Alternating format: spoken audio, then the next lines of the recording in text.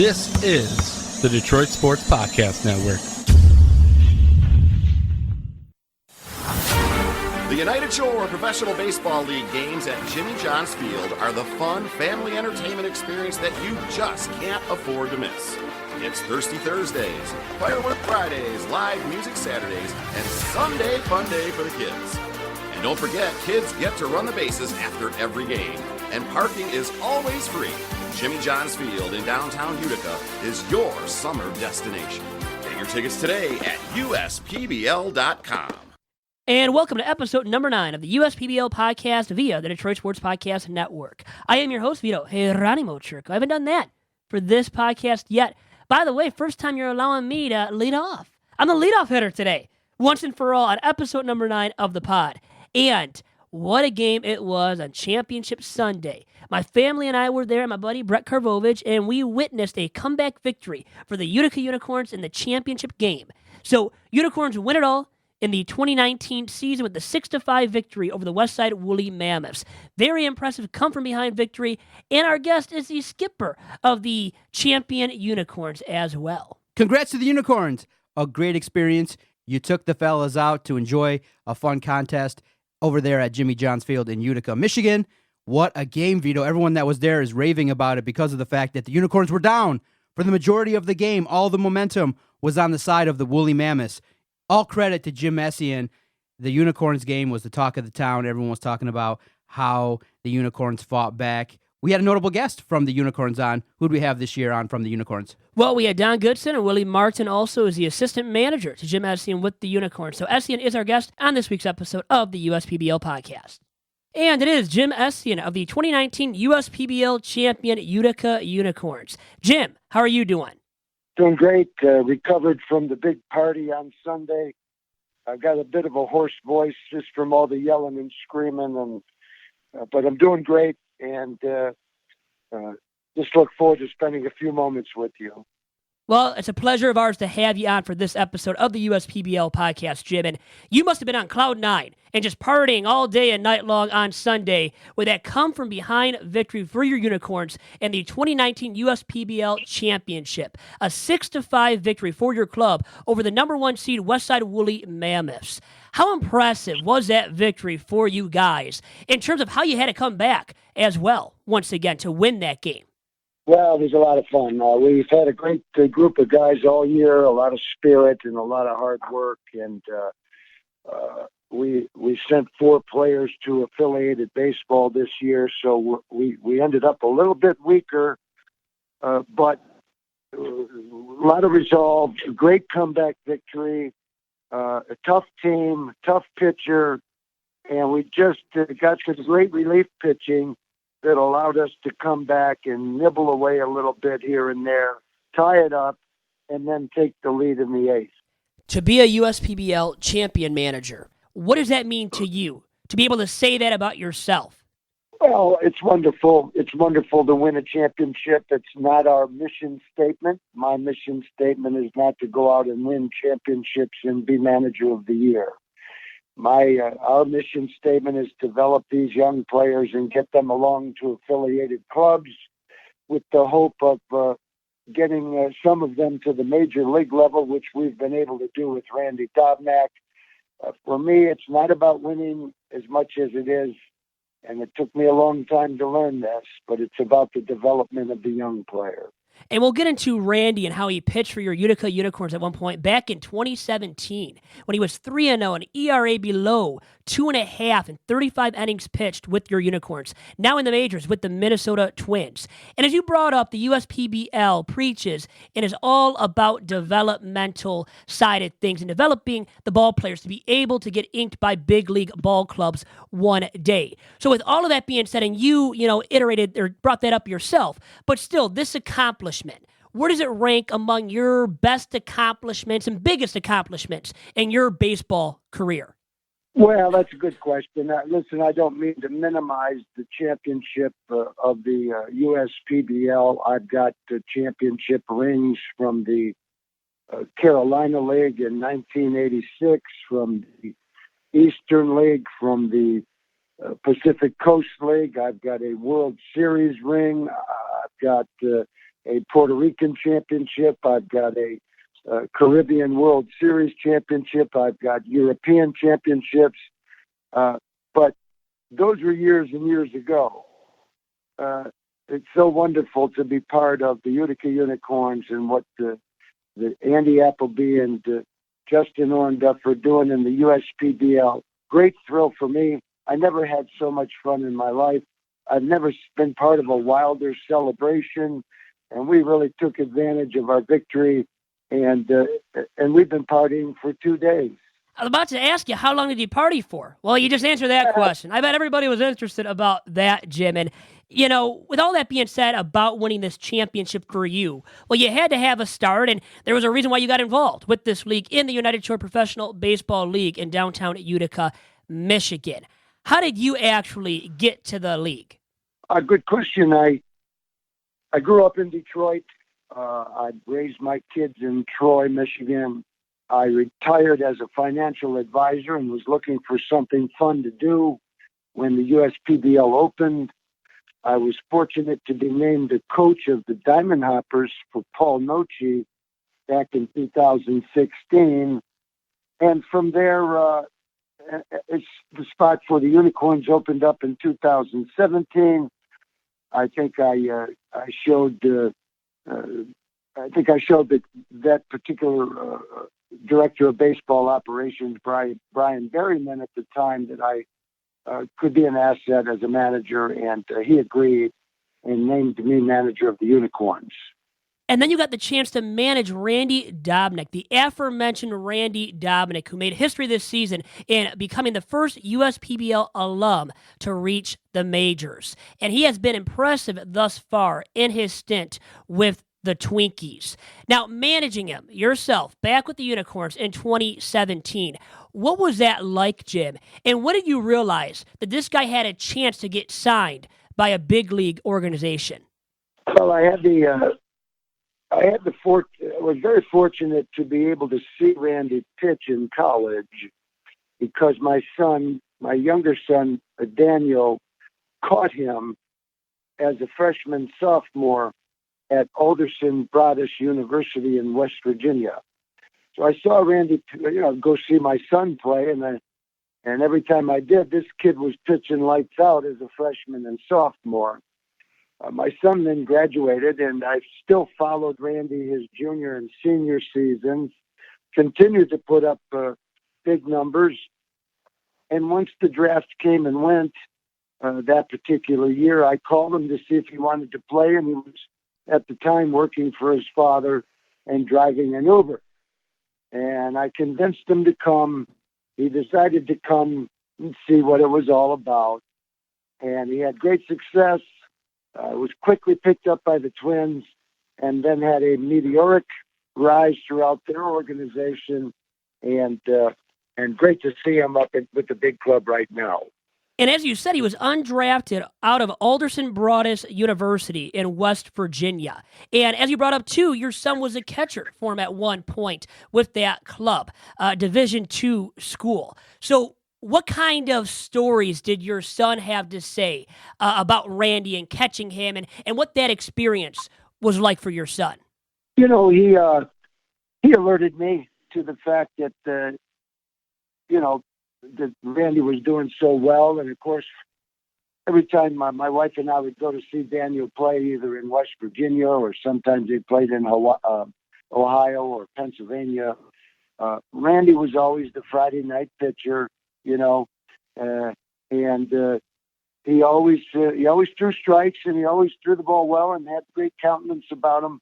And my son agreed, and we just continued to follow Randy. And I was very fortunate to be able to sign him to the Unicorns. And then, as you said, you got him with the Unicorns, and for a brief period of time, he threw the 35 innings of impressive ball for you and the Unicorns back in 2017. Now, what really stood out to you about him back then, and in regards specifically to his best qualities as a pitcher? Yeah, he had every outing was a good outing. Every outing was a lot of strikes. His velocity, while working with Justin Orndorff and Justin's DVS pitching system, his velocity got better. He's always been a good control guy. I'm sure Orrin Duff was working with him on grips and on delivery, his delivery. And he just had immediate success with us. But his personality is such that he doesn't get too high and too low. Just a real even-keeled guy. Turned out to be quite a professional. Learned a bit in the twin system about how to sink the ball, move the ball a little bit, and just right up through the system he came. And we're just delighted that we had the opportunity to sign him. He's been a great representative and has bragged mightily about our league, and we're just delighted that he's there. He may very well be pitching in the World Series this year. Certainly they have playoff opportunities. The Twins are a very good club. The Tigers, our hometown team in Detroit, not so much, but the Twins are leading the way in the American League Central Division. You are right. And how impressive of a feat is it for the USPBL to have had Randy reach the majors with the Minnesota Twins? Well, that is our mission statement, is to get somebody to the major leagues. We've done that. We want to do more of that. We want respect throughout professional baseball, that we are a unique developmental league, that we give second chances to guys, and with proper training and lots of practice, we just feel like there's more Randy Dobnaks out there, and we want to find them. We want to give them the opportunity. Not so much, that we can get a notch in our belt. That doesn't hurt from a public relations standpoint, but it's the kids, their success, that motivates us. And we're just absolutely delighted for Randy and his family. And if we get a little bit of credit for that too, well, then that's good. That's what we're trying to do. Now, Jim, I heard from somebody that you like to be called Skip Johnson. Where does that nickname stem from? Because this individual that actually reached out to me and told me this little bit of info wasn't sure about why you like to be referred to as such. Well, I couldn't tell you exactly where it came. I've been doing this a long time. I've managed professional teams at every level. I've managed professional teams internationally. I've managed in the major leagues, all throughout the minor leagues. And everybody gets a moniker, And in my case, Skip Johnson was just a kind of a funny moniker that I probably gave myself. Rather than call me Jim Essian, just call me Skip Johnson. I like it. It's funny. It's kind of a third-person thing for me.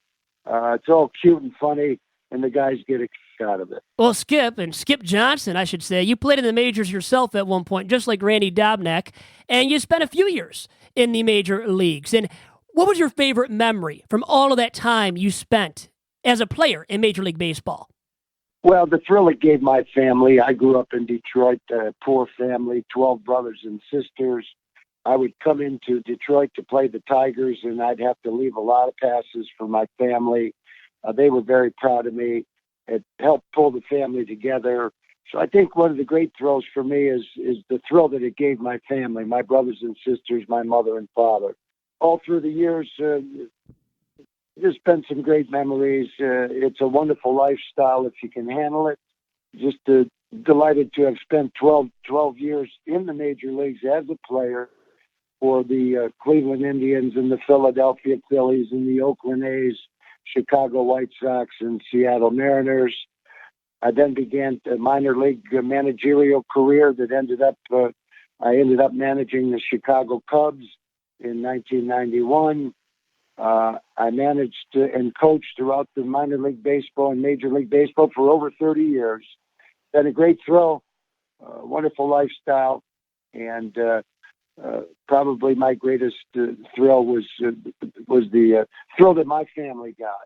And Jim, I read that you did manage the Chicago Cubs in 1991, a season in which you managed future Hall of Famers Ryan Sandberg, Andre Dawson, and Greg Maddux. Had to have been a heck of an experience for you. And what did you learn specifically from that experience, Jim? Well, I learned that being manager of the Chicago Cubs is a stepping stone to becoming the ex-manager of the Chicago Cubs. They asked me, how did I handle all that? I said I slept like a baby. I woke up every 2 hours crying. And you know what? I could see where it's difficult. I mean, talk about that a little bit. Can you elaborate upon just all of the troublesome factors and situations you get involved in when you are the skipper of a Major League Baseball club? Well, the press can be difficult. I found that once the game started, I was finally, in heaven. It was a lot of stuff. There's a lot of stuff leading up to the actual playing of the game. So there's a lot of media got to take care of, a lot of responsibility. You got to put out a lot of fires. You got to be patient. Perhaps I was a little naive. At the end of the year, they did fire me, and unfortunately, most everybody else at the higher levels of the organization, they let go and brought in a brand new administration. But listen, baseball's baseball. It's a great game. It's played on the field. But when you're the manager of a big market team, you've got to deal with a lot of media requests and a lot of responsibilities in that area. But once the game started, it was great. It was fun. It was baseball. And to be able to manage those three Hall of Famers, well, I think it was Maddox and Andre Dawson who made it to the Hall of Fame. Great thrill, wonderful guys.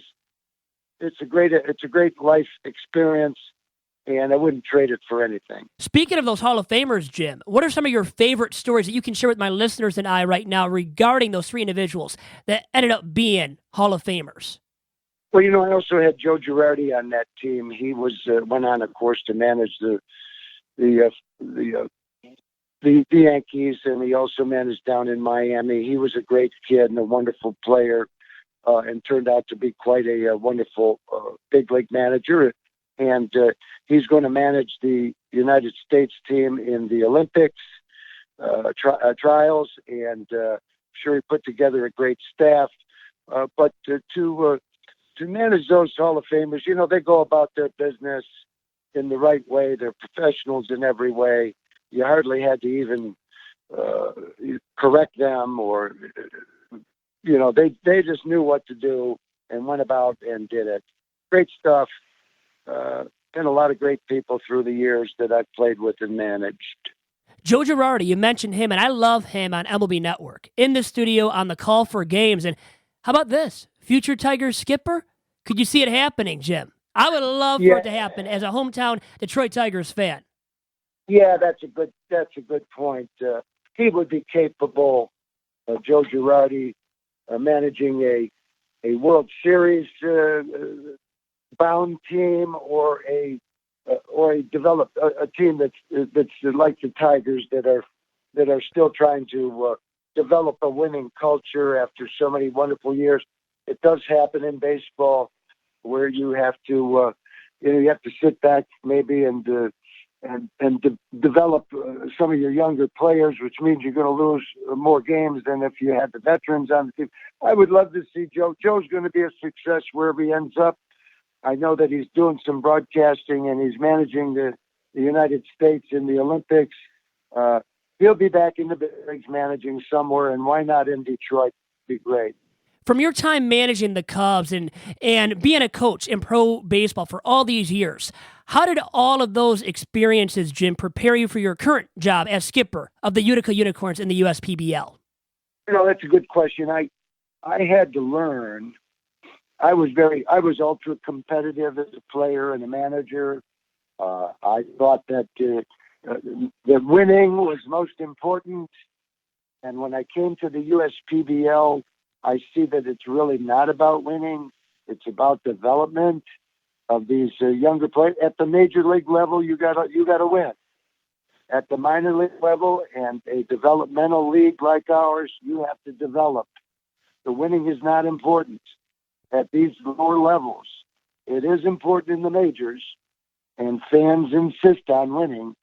But at the minor league level and here in the USPBL, our mission statement is to find and develop young players so that they can move along. It's not about winning. We were fortunate to win, and it's always great fun to win.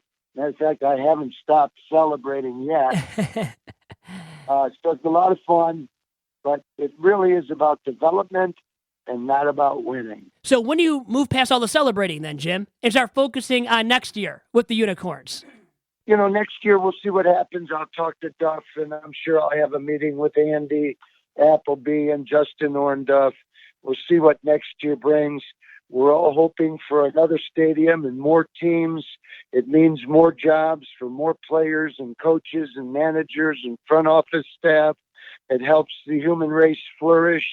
We just want to provide an opportunity for people to play and to work and to play and work around a beautiful ballpark and provide entertainment for the local fans. We'd just be delighted to come back next year, my wife and I, and maybe it will be my last, but certainly be delighted to come back and do it all over again next year. So I've heard from CEO of the league, Andy Appleby, now numerous times talk about expansion, and I believe it's on the horizon. Now, for yourself, though, individually, Jim, if you do return as skipper of the Unicorns next season, what would you like to accomplish with the Unicorns next season? And let's say you keep coaching even past that. So next season and beyond, what would you like to accomplish with the Unicorns in the USPBL? Well, I work for the USPBL, and I would love to help make it work. I would love to help make it profitable. So, if I come back next year, I have managed the Unicorns now for 3 years and have sent 11 of my players to major league organizations, one of which was Randy Dobnak at the major league level.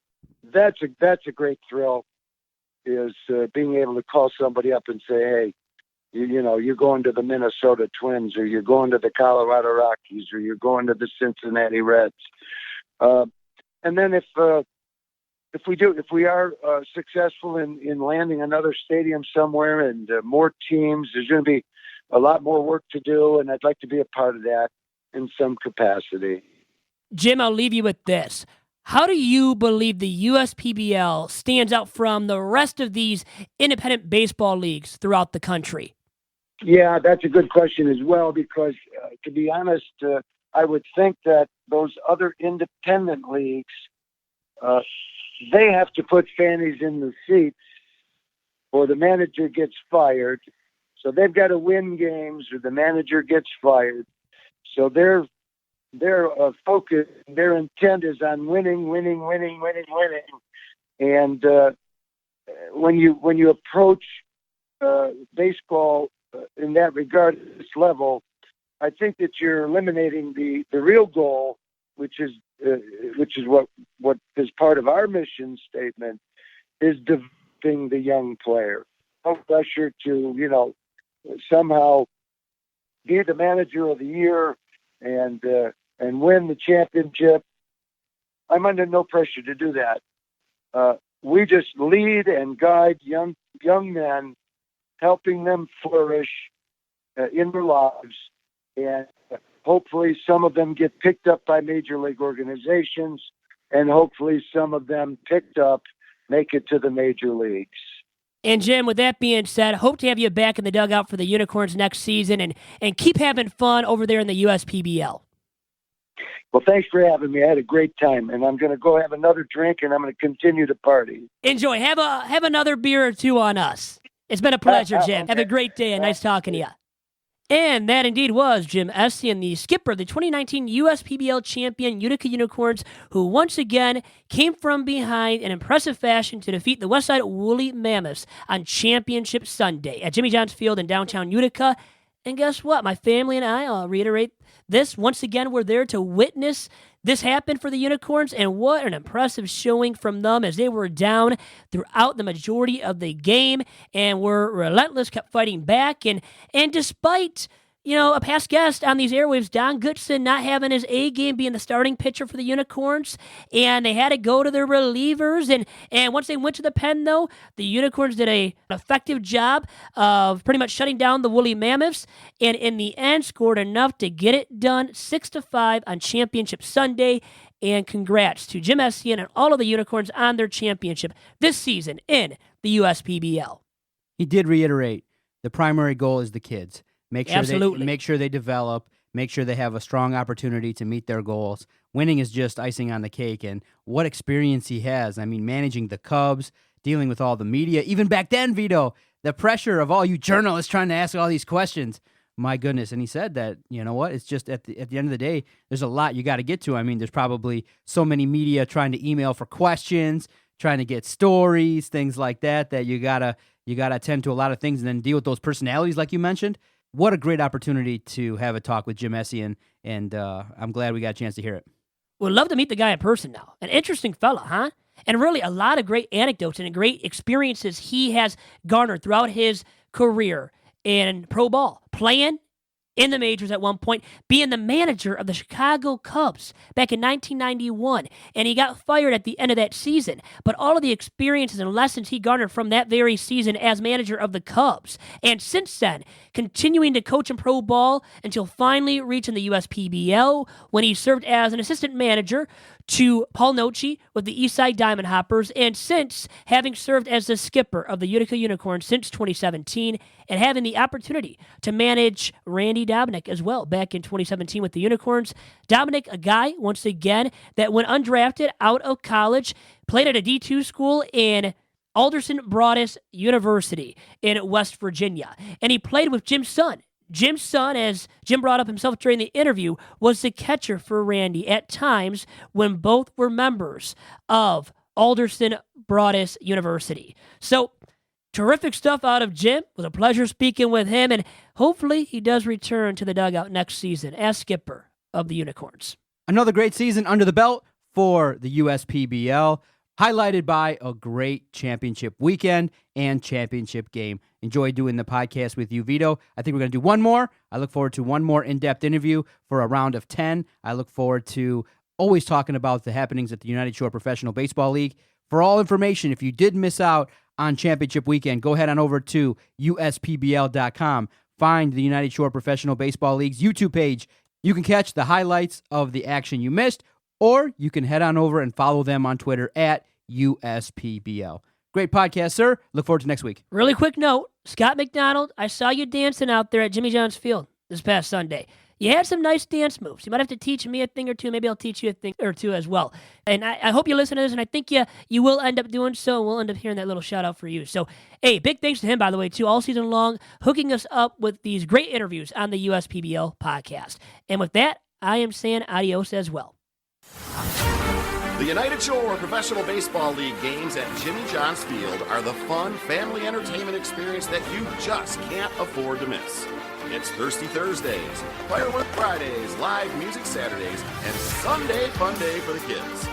And don't forget, kids get to run the bases after every game, and parking is always free. Jimmy John's Field in downtown Utica is your summer destination. Get your tickets today at USPBL.com.